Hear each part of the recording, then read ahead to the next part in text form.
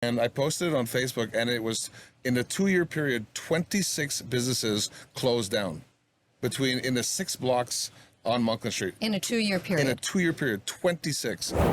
Let's talk about businesses and bike paths. Love them or hate them. People feel strongly about it. There's not a whole lot in between. And I feel like as individuals, we think about how it impacts us. But businesses are really impacted as well. So we thought maybe we'd talk to an NDG business owner and see how he feels. Because sometimes we feel like we love Montreal so much, and yet maybe it doesn't always love us back.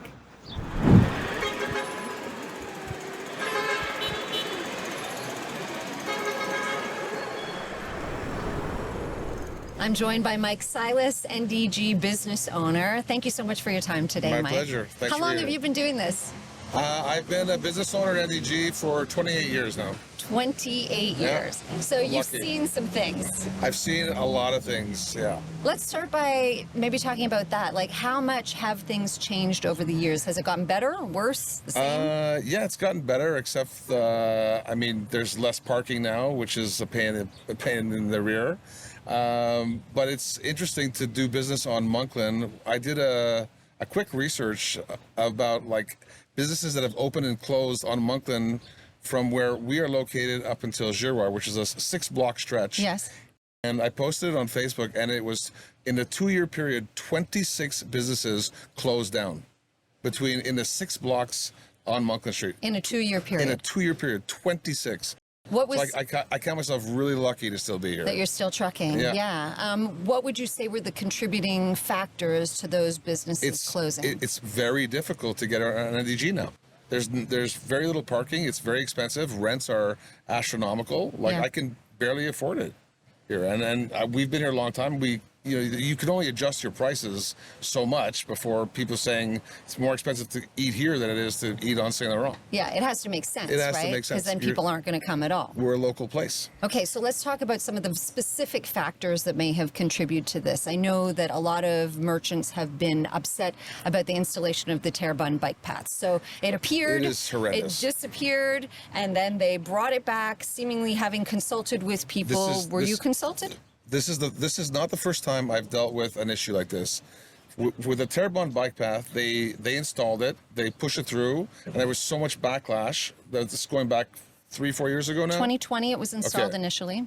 And then 3 months later, it was taken down. Peter McQueen received a ton of backlash because of it, and they took it down. And then they said, they pushed it through this time by saying it was a security issue and we need bike paths for cyclists to be safe. And at the same time, we'll only have room for it to be one direction instead of 2-way. It is a huge crock. If you look at the bike path on Maisonneuve, for example, it's 4 feet wide. Mm-hmm. It's 2-way in 4 feet. There's 2 bike paths right next to each other. How come that works? But on Terrebonne, you need an entire lane per bike, per direction, and then remove parking on one side of the street completely. It was unnecessary. Projet Montréal is an anti-car party, and they've made it clear. And they pushed it through this anti-parking, anti-car policy. They pushed it through under the guise of, we need this for cyclist safety. Yeah. And it's a total crock. And they said that there was consultation, and yet I can't help but wonder who they consulted, because it's certainly not safer for the schools. I'm not sure if you were at the meeting that happened at the Benny Library. It happened last year at the Benny Library. They had an information session where they produced a document, a study that they did over a 2-day period, reinforcing the need for this bike path. Mm-hmm. When you went to this information session, the experts who wrote the report were there to answer questions, and that's it. If you had an opinion, you were not allowed to express it. The counselors who were there, who represent NDG Côte-des-Neiges, were there. They did not have to answer any questions themselves. Where was the consultation? There was no consultation whatsoever. They just rammed it through, and that's all there was to it. But like I said, this is not the first time I've dealt with an issue like this.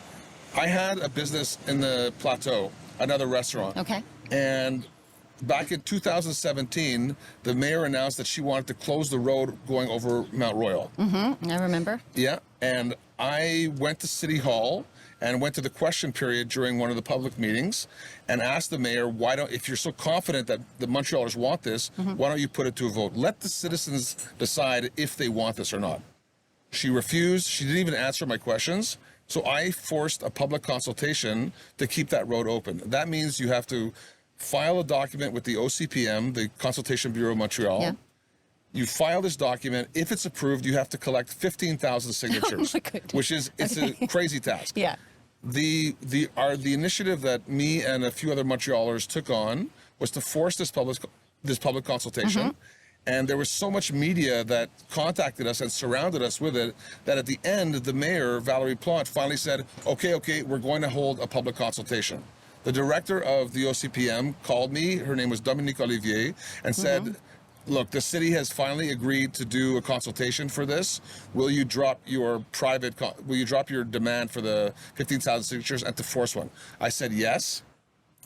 And I said, the only way that I will do this is if I am the first person to speak at the consultation and I am the very last person to speak at the consultation. Okay. And I had shot videos of going over the mountain to prove that there was no traffic. And so at the end of the consultation, the three judges who were there, like invigilating this, all the meetings, finally put together the report and said, you should keep the road open. And then Valérie Plante said, I will follow their guidelines. If they say keep the road open, we'll keep it open. And they did say keep the road open. And then Fast forward 6 years, she just came back and said, the situation has changed. We're going to close the road after all. Yes. So it's under the guise of that they're making tough decisions that are hard to accept in the short term, but that in the long term we will learn to appreciate. What do you say to that? I don't know if I would use the word appreciate. I agree, but I think more like suffer is the word I would use. Right. And what's the point of doing consultation if you're actually not going to listen to what people say? So like for the Terrebonne bike path, for example, if people really wanted to do something about it, they would have to follow the steps that I did and force a public consultation. But the damage is done. No councillor or borough mayor is going to come in and say, we're going to take down a bike path. You don't think so? No, I think it's if just there's not a gonna change happen. of administration, I think that is a great starting point. And I think it's actually what could get someone elected in this area. But it's an anti-green initiative. Like a bike path it's a very green initiative. Right, but there's I a logical way to do it. There's a way to do it agree. that doesn't hurt merchants and residents. I agree. They could have put both bikes in both directions in one lane and kept the road two-way and eased traffic at NDG. I mean, they've created backlogs everywhere in NDG because of it. And if it's supposed to be environmentally friendly, but it's causing traffic jams and we're emitting more. And now, like, I went to the grocery store up the street this morning and I turned down Marcel. And as I drove down Marcel, I forgot that Terrebonne was a one-way. I ended up having to go straight, go to Côte-Saint-Luc, only to find out that now you can't make a left turn from Marcel onto Côte-Saint-Luc Road. Did you do it anyway? Because that's what I did when the same thing happened to me about a week ago. I'm a good driver. Sorry, I shouldn't admit that, but I did. It's the point being, I'm an NDG resident as well. It's very frustrating. It's very frustrating. They make it very difficult for you to get around. They're forcing cars out of NDG. This is exactly what's going on. If you look at the direction of Terrebonne, it goes from west to east to force people out of the borough and not make it easy. You have to hit one of the thoroughfares. You have to hit Monkland or you have to hit Sherbrooke. They're trying to keep cars out of it, and at the same time, they're reducing parking. Yeah, and I mean, I actually like some of the bike paths and use some of them. Like I live down by de Maisonneuve and I use that bike path. Is that not when enough? It makes sense, exactly. And how many bike paths do we need? I have, however, listened in on some city council meetings, and for sure there is a lot of people that show up and say, we love the bike path, we absolutely, it's part of our day-to-day life, and that we need to adjust as a society.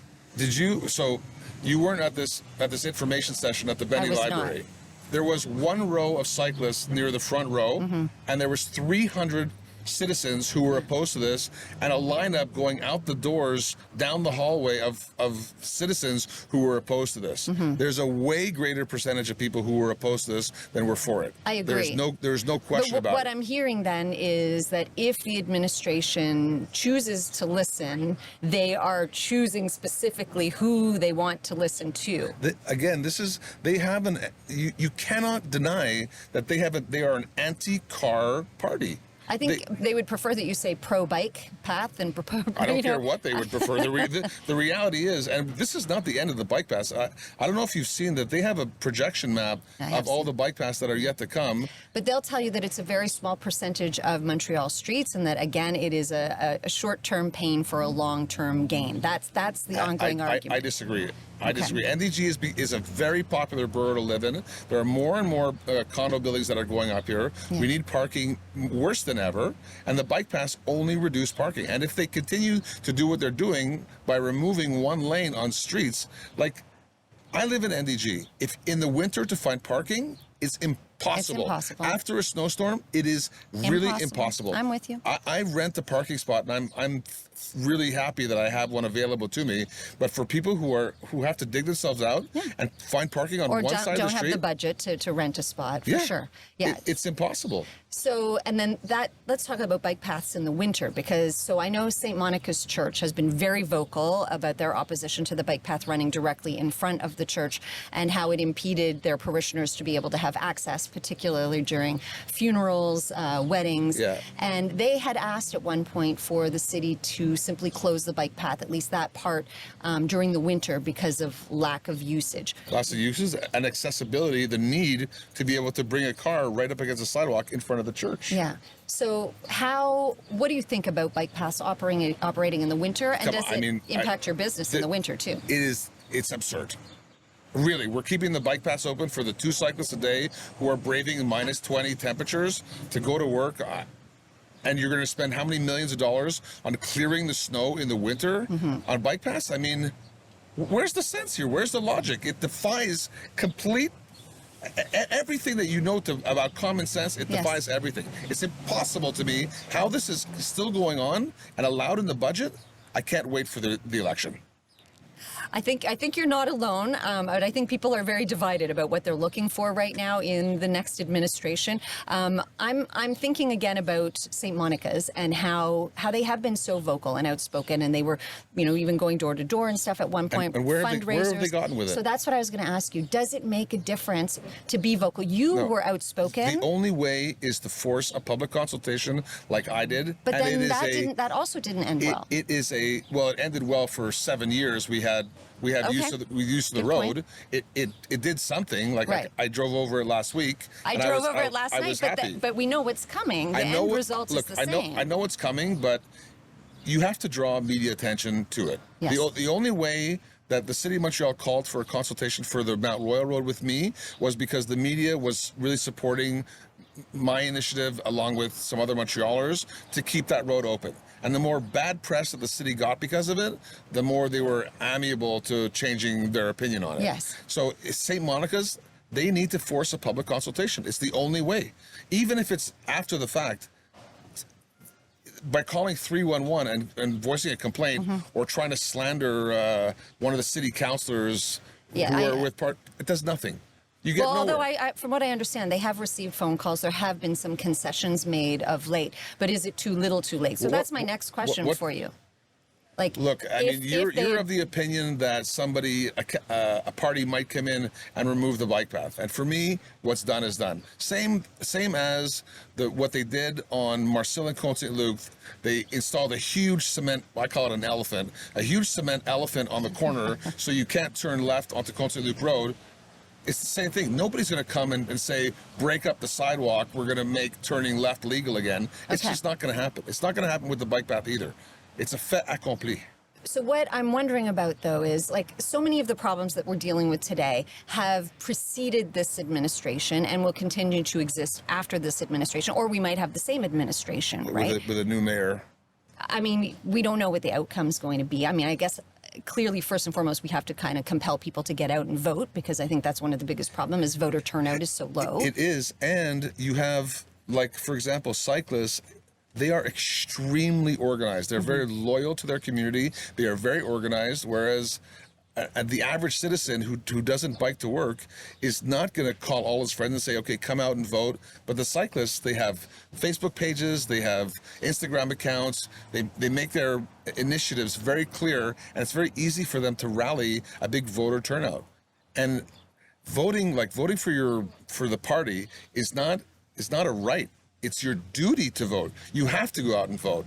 And hopefully now, with the damage done in NDG, the NDG bike path and the road being closed again over Mount Royal or what's coming, hopefully it'll spur a movement of people to get out there and vote in a party who is going to be listening to the people. Listening is key, isn't it? I mean, listening is everything.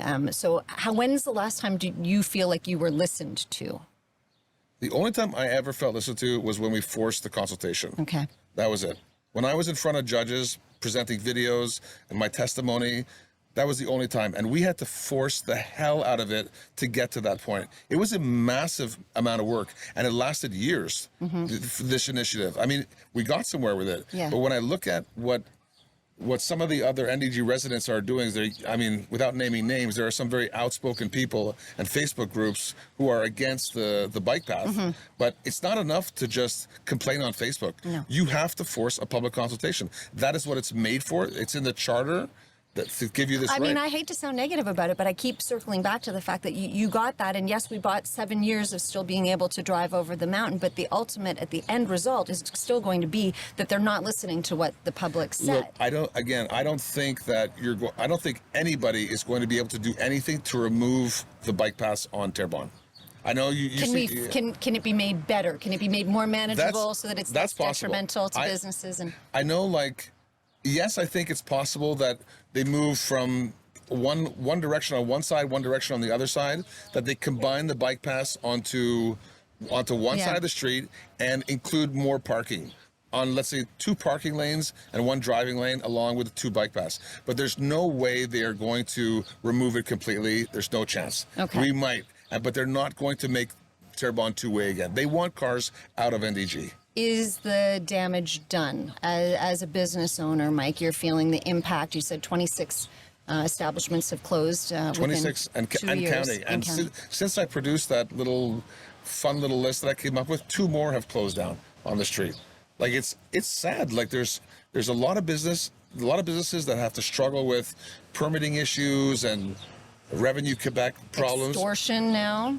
Well, I mean, the Revenue Quebec, I'm not sure if you're up to date on the MEV boxes, what's going on with that. No, tell me about the MEV boxes. So the MEV box is a box that intercepts your receipts from your POS terminal. Okay. Mm-hmm. It adds a barcode to it, and then it prints it. And with this, from these boxes, you have to extract the data and submit it to Revenue Quebec so they can know exactly what your sales are and make sure you're reporting your sales correctly. Okay. And they switched from having these boxes to an online system where your POS system has to be able to communicate with Revenue Quebec online and then produce this report. If your POS system is archaic, which mine is, too bad, you have to buy a whole new system. How much does that cost? Well, for me, it's like $20,000. What? Yeah.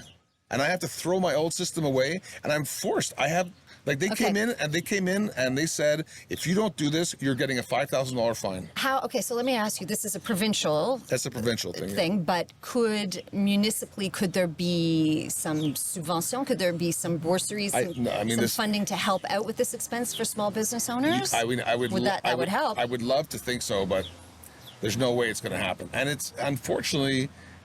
These boxes, these MEV boxes, and I don't want to get stuck on the topic too long, but the MEV boxes are only for bars and restaurants. We seem to be the target of so much attention, whether it's from Revenue Quebec or the police, for example. We get visited all the time, or from the Régie des Alcools, they come in and they check if our bottles have stickers or fruit flies in them or what have you. So for us, it's very difficult to run a business this way because so much attention, so many costs, and so much competition on the street. It's very difficult like this, and I doubt that any party in Montreal is going to contribute anything to our aid. Even if there is a change in administration, you don't sound too hopeful. No, I don't see the city of Montreal or any party helping us financially. We were supposed to have a street festival last year, and they were going to contribute $100,000 to it, and they pulled out at the last minute. I remember. Yeah, and I mean, that's sad. We used to have huge street fests here twice a year, and they were enormous. They were wild. It was super fun, and that was so great for the merchants. So good for the merchants, and it brought so much attention to the city. They were packed, these festivals. So what do you think's behind that? Why was that money taken away at the last moment? The 2 organizers who were doing it I remember this Phil story. and Danny. Phil Lighthead, I remember this story. They got flack from, let's say there's a bookstore on Monkland. And the bookstore, what does it do during the street fest? It's not going to set up a table full of books. It's not going to get a lot of attention. Yes. You know, so it's great for some businesses, not so great Exactly. for others. But it's short-term pain. It was what, 3 days? But How long was yes, the but festival? those businesses, everybody had to contribute financially. There was a fee to pay to okay. be in the street fest. Okay. And a business like the bookstore is saying, why am I paying this fee if I can't really do anything? Right. So unfortunately, I mean, I'm lucky that bars and restaurants, you know, they really thrive during the street festivals, but other businesses like the toy store or the coffee Yes. shop, they suffer. It's not the same. No. Okay, it's making me think, Soraya Martinez-Ferrada has said that the mayoral candidate for Ensemble Montréal, has said that she would like there to be no permits for terraces anymore, so that would be free.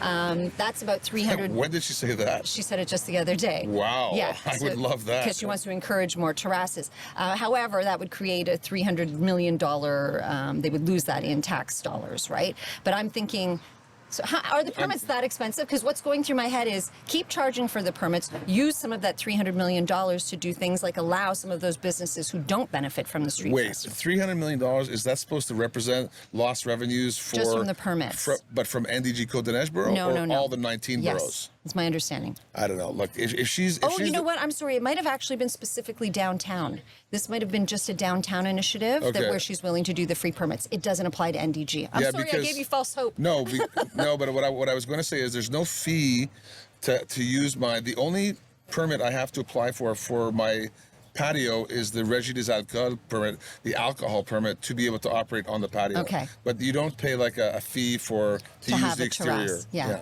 In downtown Montreal, you would. Well, I guess- Because in downtown you have to rent a spot on the sidewalk and they lose parking meters, so then you have to pay for it. But those businesses they see They're a lot. booming. They're booming. They see a lot of foot traffic. Yeah, they're booming. What would you like to see happen just to make life easier for you as a business owner here in NDG in Montreal? What could be done to make things better and easier for you?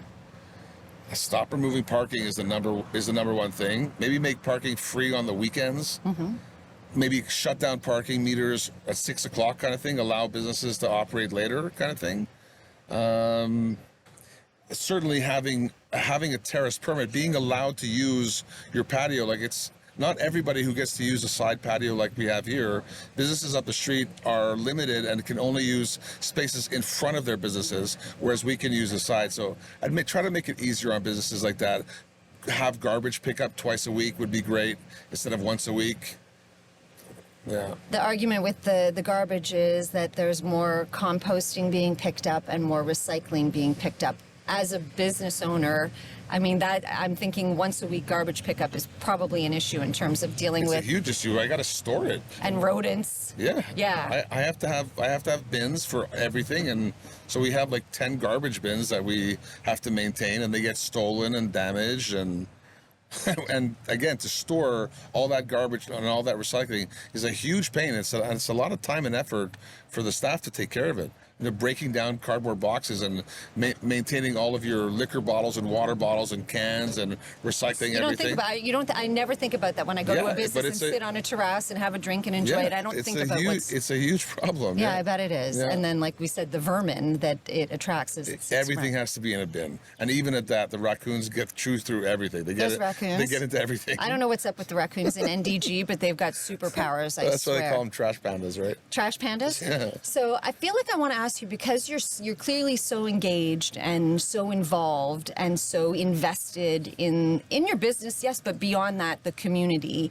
What keeps you from getting into municipal politics or? Actually, in the last election, I was going to run for municipal councillor here, but unfortunately I didn't pass through the vetting process. They selected, what was her name now? They selected a girl. I'm afraid I don't recall. I forget her name now. They wanted a girl, and Okay. they said, look, they wanted a girl in the spot, so it was very last minute that I didn't end up running, but otherwise I was going to run for councillor for NDG. Okay. Yeah, for here. I'm glad to hear that, because I feel like, as a society, we're really good at complaining and talking to each other about it, but we're not so great at actually trying to find concrete solutions and make a difference ourselves. I know one of the candidates who's going through the vetting process right now for NDG, and I hope he passes through because he's a great guy. He cares a lot about the community. I'll say his name is Peter, but I know who it is. Okay, yeah. So I know that he's going through I don't know, I haven't talked to him in a couple of weeks, but he's going through the vetting process, and I would be really grateful if he made it through and became councillor in the area. And let me ask you then about the criteria that is, if you didn't pass and the vetting process. I wouldn't say I didn't pass. I'll say that they selected somebody else. Yes, and it just means they have a certain criteria that they're looking for, and who knows what that might be, and any given election that could change, right? I think for sure diversity comes into play. I think gender definitely comes into play, because representation matters, absolutely. Right? Your citizens want to make sure they... And otherwise the 5 councillors at NDG, when I was applying, were all men, and so they chose a woman. They chose a woman to do it. Yeah, to run. She didn't win, unfortunately. She lost by quite a bit. What do you think the criteria is to be a good candidate? What do you think the criteria is to be a good leader, specifically for NDG? Like, what are we looking? What kind of a person? Yeah, what are we looking for? What do we need? Well, for one thing, you need somebody who is openly opinionated and not scared to voice their opinion. Not scared to stand up to a party and not toe the party line, if you will. Somebody who's really outspoken, somebody who cares deeply about the people, about the businesses in the community, and wants to see their community survive and thrive, not just survive. Survive and thrive. Yeah. Would your last parting words of advice be kind of put your money where your mouth is, like complain, but actually try to get stuff done? Like for anything, like I would say, for anything, I would say, yeah, absolutely. You have to speak up. It's like, and again, I'll bring it back to voting. It's not your right to vote. It's your duty to vote. You have to get involved in your municipality. You have to get involved in your community. You must be open. You must speak out and demand what you really want. I mean, it's worked for me in the past. I don't know if it'll continue to work, but the squeaky wheel gets the grease, right? Yeah, and if being a squeaky wheel, all you have to do is show up and tick a box, it's not really too much to ask. At a minimum, please do that. Thank you so much for your time today, Mike. Mike. I really appreciate it. Yeah, me too. Thank you. Clearly, Mike is frustrated. And he's not the only one, but he's putting forth solutions. And he's saying one of the most important things is for you to vote, especially in municipal elections. If you like what you've seen and heard today on Les Montréalistes, please share and subscribe. À la prochaine.